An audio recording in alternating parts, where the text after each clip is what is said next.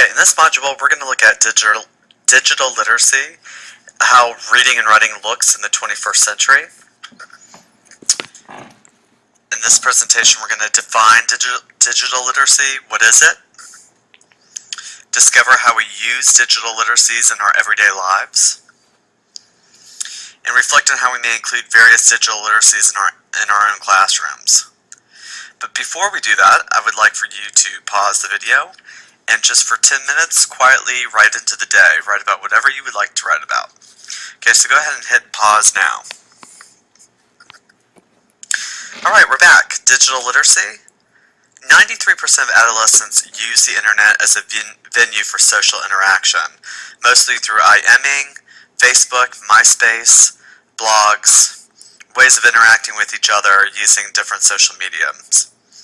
64% participated in some sort of content creating activities, and that's usually in the form of blogs, posts, different things that they might upload to Facebook or their MySpace pages. And over 50% have created profiles in MySpace or Facebook. This study was actually done in 2007. My guess is that those numbers have increased even more. So technology is actually changing at a rapid pace, and it has become so infused in the lives of those who access it that if we fail to integrate some of these new technologies into our classrooms, we actually risk losing an opportunity to reach a whole generation of readers and writers. So, what I want you to do is imagine a solar system report. When I was in 4th grade, I grew up in the early 80s, so when I was in 4th grade, I had to create a solar system report, and what I would like for you to do is imagine what do you think my report looked like in the 80s? Okay, so what are some things that you're guessing? Some of you might be thinking that it was handwritten. It was definitely handwritten. Okay, 4th grade, so it did include. I did do some drawings of each of the planets. Okay. Where do you think most of my information came from? It came from Encyclopedia Britannica. Okay, my parents had a whole set of encyclopedias in the office, and so I pulled the encyclopedias down to do that. Okay, how was it published? It was actually put in a little yellow. I remember this like it was yesterday. It was put into a yellow little transparent folder type of thing, and it was 3-hole punched, and it was written on loose leaf paper, right? Okay. So what I want you to do is imagine what would this solar system report look like now, maybe in a 4th grade classroom. Perhaps it's linked to a home page. Perhaps it's part of a wiki. Perhaps it would include sounds that I could integrate using PowerPoint. I might pull in different photographs that I found on Google or Flickr. I might not necessarily be using the Encyclopedia Britannica. I might be finding a lot of my resources from Wikipedia or other online sources. And if it were a group project, then maybe it would be written as a wiki, where each person in your group had different planets that they had to investigate, and we all created a home page about the solar system, but then each person in the group might be investigating a particular planet. So what this leads to is that our writing is actually much more participatory in the 2000s than it's ever been in the past, and it involves multiple modalities than it ever did in the past. So I might be including sounds and images and voice and movies and things to convey the information that I want to convey. So what is digital literacy? And really there are 3 components that have emerged from the research literature about what is digital literacy. The first is digital tool use, what some call computer or ICT literacy. And you need to know what tools are available, how they work, how you can link them together. Okay? The second, which is a higher order skill, or what's thought of as a higher order skill, is critical thinking. You would basically have to go through different web pages and evaluate, synthesize the information, contextualize it, and reflect on it. The third component that the literature suggests is that it's a social element. And that social element is a little bit more intangible. It usually involves an understanding of your place in the digital society and how to work within it. So knowing rules for socializing or collaborating digitally, understanding how to adapt your digital presence according to the context or audience. Now, some argue about how much of digital literacy relates to skills, and can therefore be taught, and how much actually relates to personality, and as such evolves from life experience rather than formal education. Personality probably relates more to social aspects, but would it still affect like the breadth of the digital tools that you're aware of?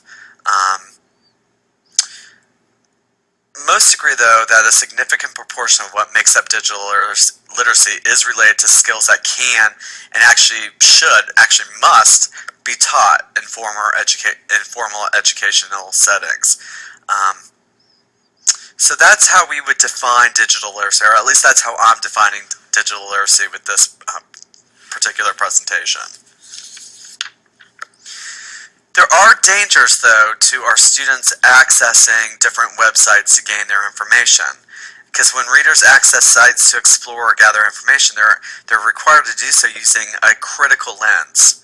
Whereas for most print media, such as like the New York Times or New York Post or Washington Post or Time and Newsweek types of publications, there are measures in place in which resources have to be triangulated and verified using multiple sources.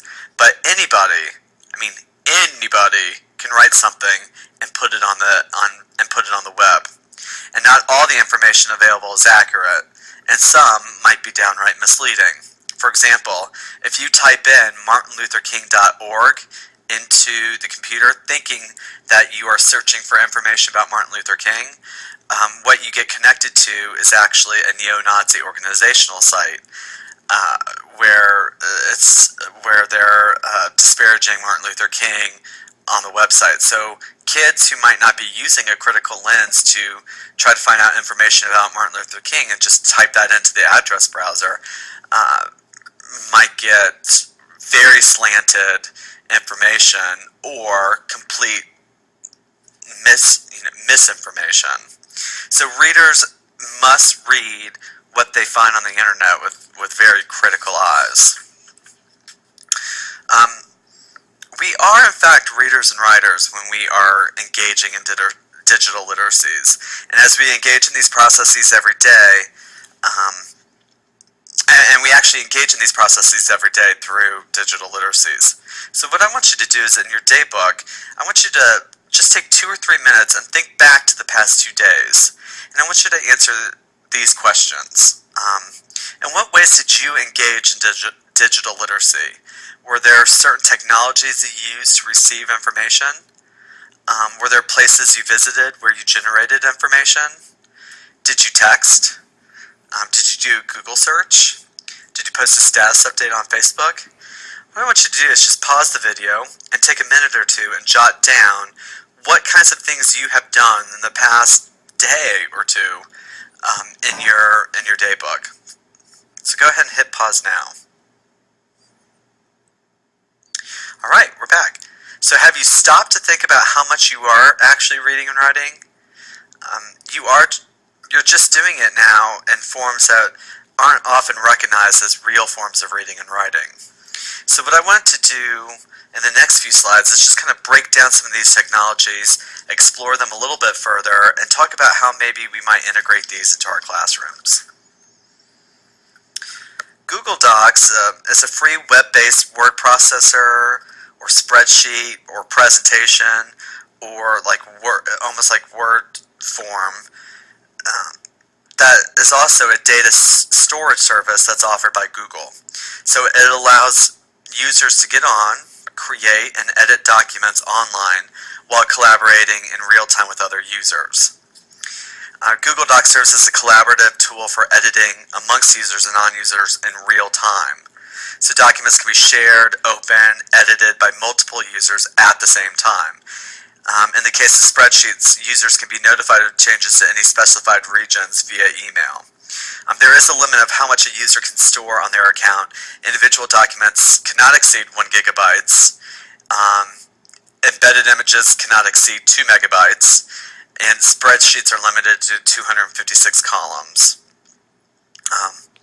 But you can have so much on these Google Docs. For example, a user can have a total of 5,000 documents and presentations, or 5,000 images, or 1,000 spreadsheets, and 100 PDFs at one time.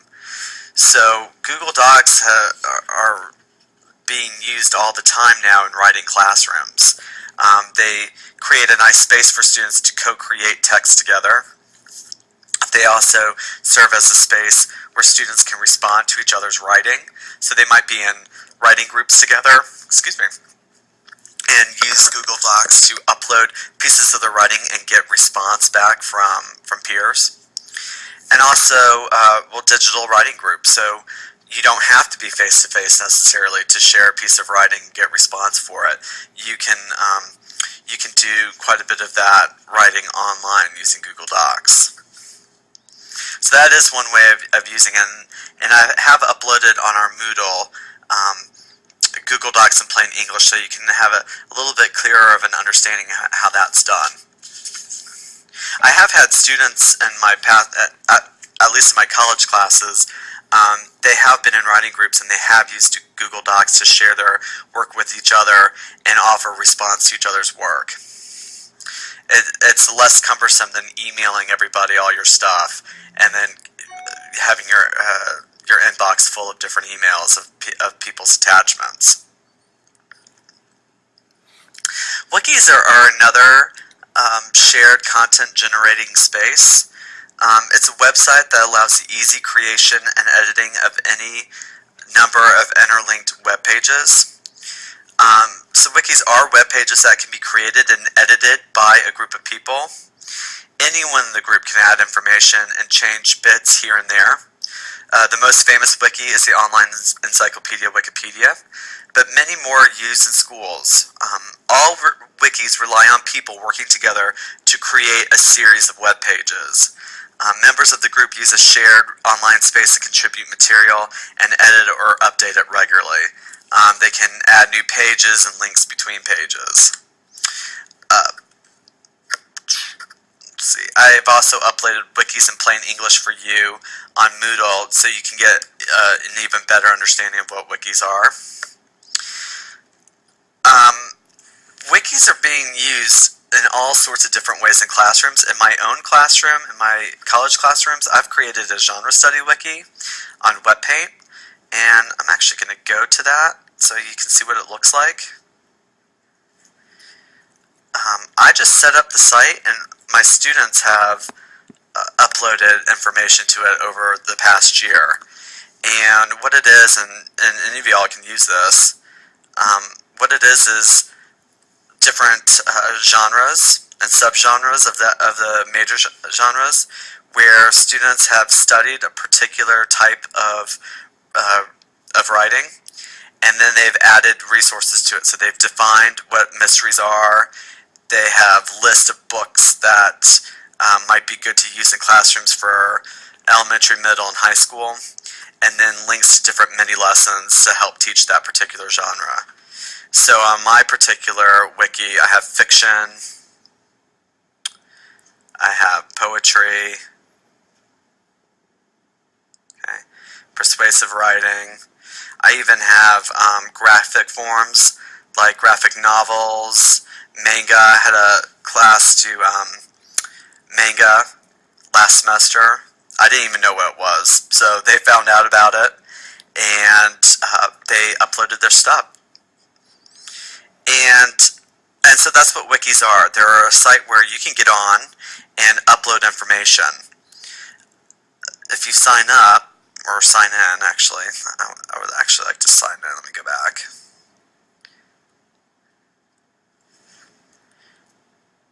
When you sign in to a wiki site, sometimes you have to be invited, sometimes you don't. My site, you don't have to be invited. You can just get on and add stuff. It's so easy to add stuff to a wiki.